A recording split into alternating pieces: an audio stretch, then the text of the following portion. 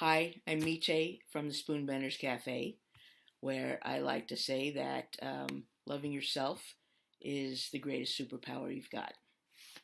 And I'm wondering if you, like myself, any other healers, artists, light workers, are ever hard on yourself and ever feel like, you're not living up to your own expectations, or you can't catch up, or you're just not getting where you want to be.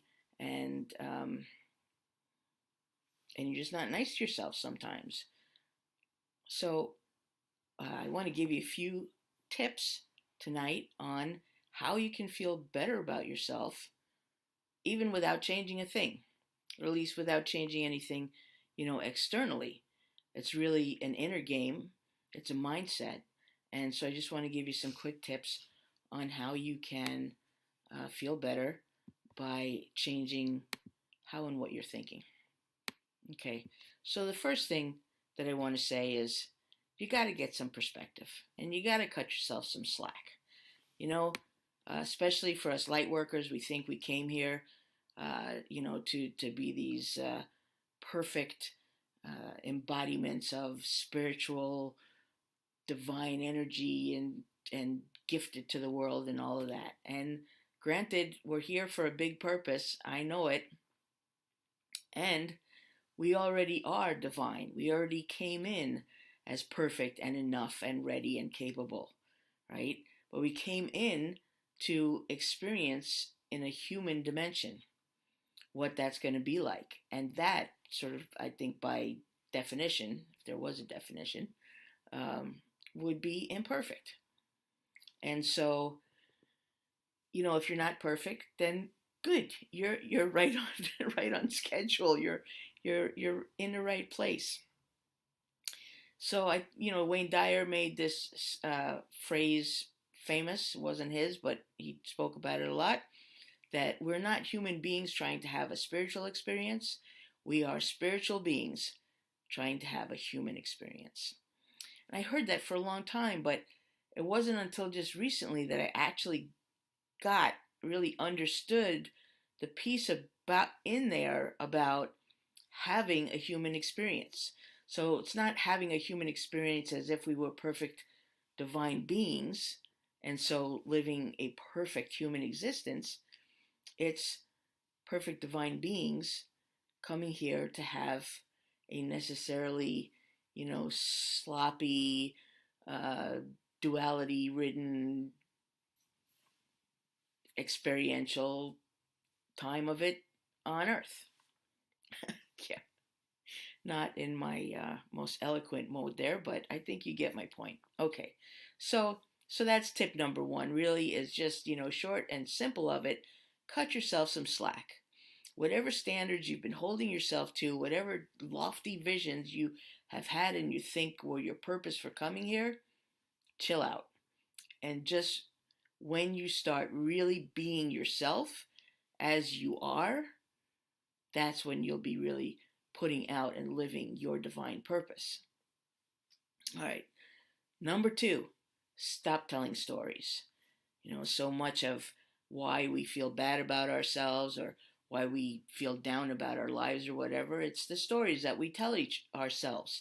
Something happens, okay, an incident happens. It's an incident. It's a finite thing, but instead of just sort of letting it come and go, we keep laying on top of it, on top of it, on top of it, these layers of judgment and of bringing stories about what happened in the past so that we get this huge pile.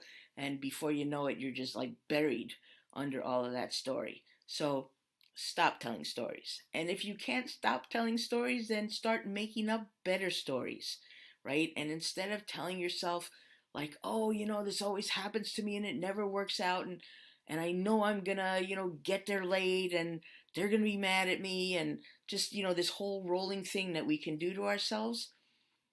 Make up something that's got, a happier, more uplifted vibe. I mean, you're making these stories up anyway. You might as well make up something that feels better, like wow, I'm gonna it's going to take longer than I thought, apparently, to get to work. And, maybe I'm going to see something on this trip that I wouldn't have seen if I was rushing madly off and there was no traffic. And um, perhaps I'm going to, miss that person that I hate crossing in the hallway. And I'll be showing up just in time that the boss is coming out of the elevator looking for someone to give new responsibilities to. And there I am. Why not? I made that up. I made up the other one.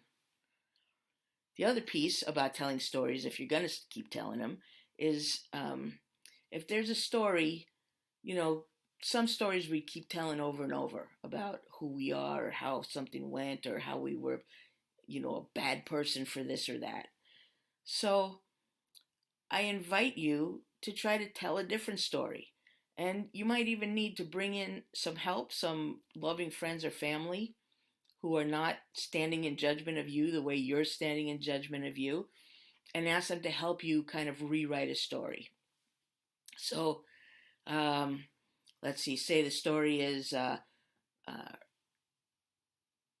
was working so hard and I was just a workaholic and I never stopped to um, play with my children or my partner, and I just wasted all of my time and I just feel horrible about it, and on and on. You could probably do a better job of that than I can, since I don't have kids. Um, but instead, tell a story that I care so much about my family that I did whatever I needed to, whatever was possible to provide for them. And even though I only had a little bit left at the end of the day or at the end of the week, and it didn't ever feel like enough, I still tried to give whatever I could. Same circumstances, same amount of time, same quality time, same not time, but it feels so different. In one, you're valuing yourself and you're doing the best you can. And the other one, you're just putting yourself down and just looking at, what's missing instead of what you brought. Okay, so that's tip 2, is to stop telling stories. Stop telling stories.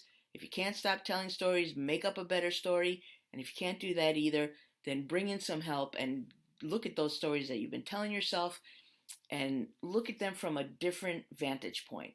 Look at them as if you were looking at yourself, or look at them as if you were looking at your best friend who you wanted to help buoy up and see their own value and their own goodness. Okay, tip number 3, ask different questions. We're always talking to ourselves and asking questions, and our brain, when we're asked questions, naturally wants to provide answers. And so it really matters the kind of questions you're asking. So if, for example, you're on your way out the door and you can't find your keys and you get annoyed with yourself and the question is like, why do I always forget my keys? Your brain is going to want to answer that. And those answers are not going to be, pretty. I mean, they're going to be like, well, because you're scatterbrained or you're losing your memory or you got too many things on your mind or, whatever like that. It's not helpful. So instead, you could ask yourself, just turn it around and say, I wonder how I can keep better track of my keys. And then your mind wants to start to answer that. And it thinks, well, maybe, I don't, always put them in the same place. Maybe I could start to put them in one place. Maybe a hook by the door. Maybe get one of those clapper things, or the call your phone and it beeps things or whatever. But the difference just of the question of why do I always, which just drags in any reason you can think of why you might always. And of course, you never always anyway. You sometimes, you maybe most of the time, but you never always, because in every new moment, a new possibility exists. Okay, that was a little digression there. So what my point, right? So if you ask, why is this always happening? You're going to get answers to that question. If you ask, how can I do this differently? You're going to start getting answers to that question. which answers would you want? Which ones will help you more? Which are useful? So instead of saying, I can't believe I'm always choosing the same kind of partner for this relationship and I'm always in these terrible relationships and why do I keep doing this to myself and blah, blah, blah. Again, you're going to get a whole lot of answers about that, about your childhood and your past and your who's around and your neighborhood and your what they tell you and how you feel about yourself and just this, whole, you could go on and on and on, right?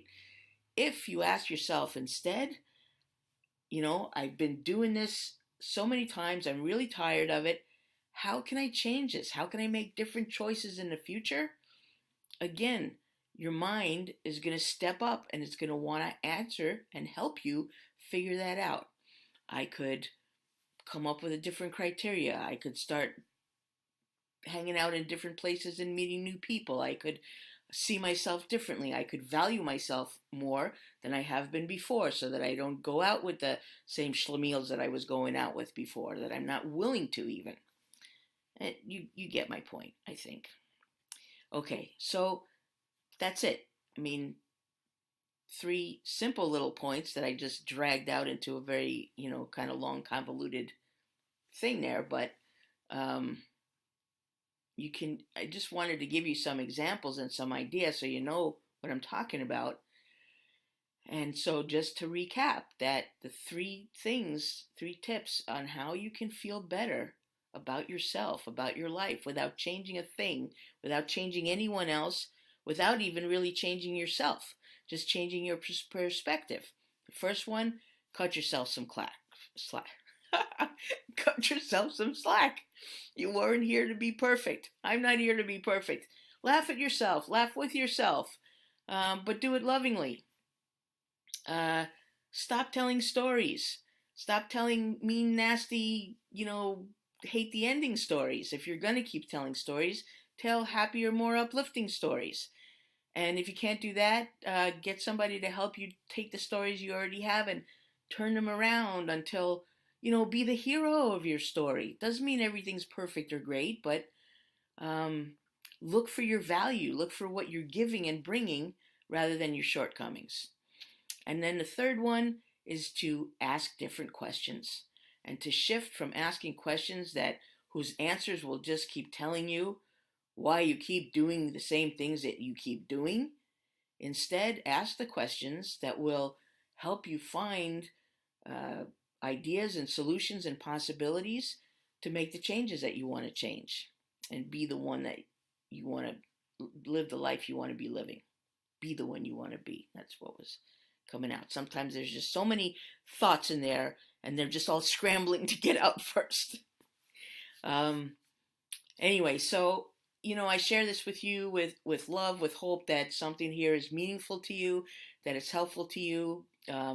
Personally, I have dealt with all of this stuff. I have lived most of my life being pretty harsh and hard on myself, and seeing how incapacitating that is. How really it doesn't do anything but just keep you small and keep you, wanting to stay hidden, even when at the same time, like I felt like I had this, this big life to live and this big impact to share with other people.